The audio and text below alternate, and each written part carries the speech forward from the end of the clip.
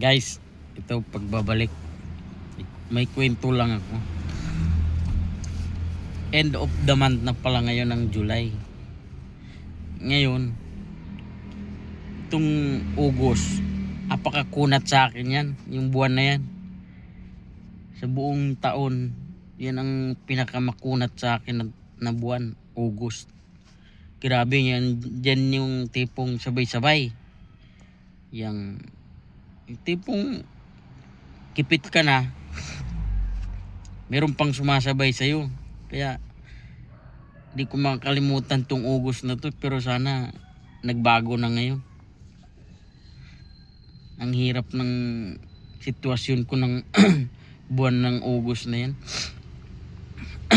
Kasi nung may trabaho pa ako, ganun din.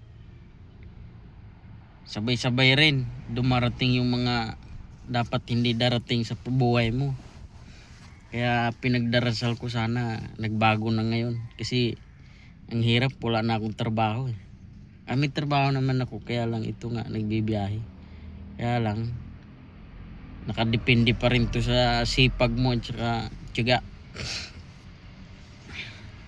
Kaya wala lang, ikwento ko lang sa inyo yung yung August na yan. Kaya di ko makalimut-limutan tong parating na August na to eh. Bukas August na eh. Kaya sana walang problema, okay ang lahat. Yun lang guys, kwento ko lang sa inyo kasi ang hirap sa akin yan eh. Iwan ko sa inyo. Yun lang guys, thank you, bye bye.